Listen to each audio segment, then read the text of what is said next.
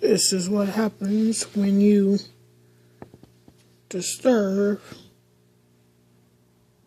your Java moss and everybody thinks you put food out. It's a mad scramble for all the animals to find food, even the babies. Oh, my Zoom's not working that good. First time doing this, but look at them. They're everywhere. This tank's been set up for about a year now. I just put the Norite snails in there. A back view of them. I usually have it a little bit higher than this, is all the way up to the top. Almost. I usually put it about there, just so nobody gets out. But that is my 2.5 gallon.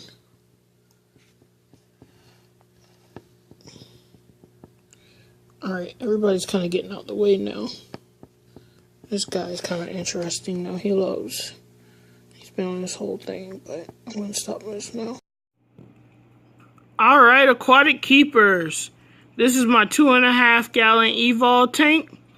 I was just going to let y'all know about it and update you a little bit on what's going on with this one. Now this tank is rated for is 55 gallons per hour. Now, I know y'all probably like, oh, that's not that bad, but it's a 2.5 gallon. So, it's way too much for any fish that's in here. It's too much movement. Like, I got this as a betta fish tank, to give y'all an idea, to put in my brother's room. A betta fish. Way too much movement. They don't last. I ended up buying some, Carob Sea freshwater stuff, I believe the brand was, and putting it in here. And it helped, like, whatever they had in there is supposed to have stuff to help reduce stress and stuff like this. That just stuff really worked. And I'm one of those people, I'm totally against buying bottled water for stuff. Like, store-bought water. I always tell people just to go to Walmart, get it 69 cents a gallon. Don't spend, you know, what is it, like $5 on less than a gallon of water at the fish store for bettas. Just go get some spring water. But that stuff had actual stuff in it that, like, well, I don't know what kind of chemicals they had, but it really helped out the fish tank and stuff, you know. So that stuff, though, my store stopped selling it. We started going to, I work at PetSmart. They stopped selling it. They started selling top fin stuff. And so, like, the top fin one I still use on occasion, but it went up in price also too. Like, so I mean, I use that one. It doesn't say that it actually does that, like it did at one point, and then it stopped. So I don't know if it actually has the stuff in there to help. But by that time I had got out of having fish in this tank anyway, so I couldn't tell. And I had a problem. I had shrimp in here at one point, and the shrimp died because the temperature got too high. Like, I was using that stuff and you having shrimp. But I live in Florida. The temperature in this tank got up to 100 one summer.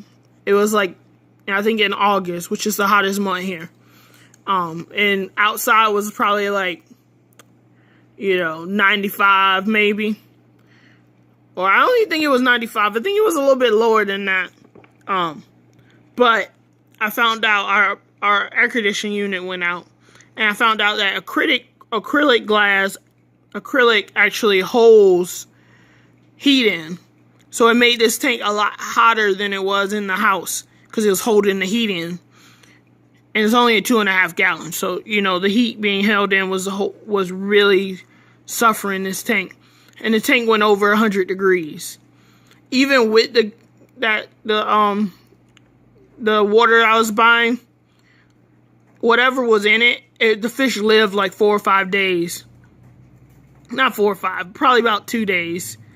A good 2 days with it at 100 degrees. Like, it had went up 100 degrees before, but it went down. Like, it was only for that day, and it went down. But this time it was like 2 or 3 days, it was steady at 100. And the fish ended up, the cherry shrimp ended up dying, which I was so sad. They had babies and everything in here.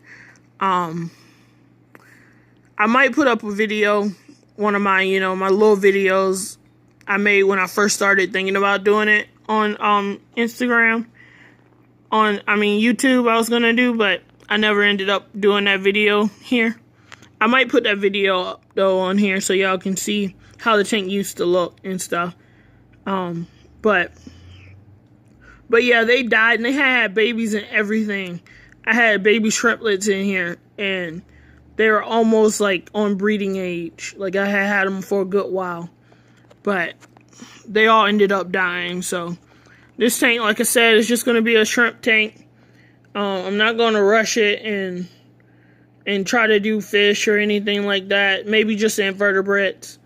I want to put a crawfish in here, but like I said, it's probably just going to be a snail tank. And I'll just leave it at that. That'll keep everything down and I don't have to worry about stuff. But yeah, this is just my 2.5 gallon. I was just letting y'all see it. How it looked. I'm very proud of my scaping I did on there. I think it looks really nice. It doesn't look bad at all. It looks like a really good looking tank. So, but like I always say, this is just the way I do it. There's 1,000,003 ways you can do it with fish keeping. It's just the way I do it. Alright, y'all. Talk to you later. Bye.